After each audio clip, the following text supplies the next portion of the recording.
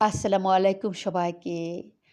আলহামদুলিল্লাহ দেখতে, দেখতে সেই রোজা শেষ হয়ে ঈদের দিন সকাল হয়ে গেল। আমরা সবাই মিলে ঈদের নামাজ পড়তে আসলাম কানাডা ভ্যানকুভারে।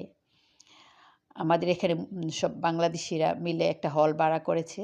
এখানে সবাই নামাজ পড়ার জন্য আমরা চলে আসলাম। আস্তে, আস্তে লোকজন আসতেছে।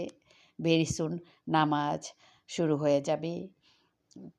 আমরা অবশ্য সকাল, সকাল চলে এসেছি। সো এদিকে নামাজের পর্ব শেষ হয়ে গিয়েছে। সবাই মিষ্টি জাতীয় বিভিন্ন ধরনের খাবারের ব্যবস্থা আছে এখানে।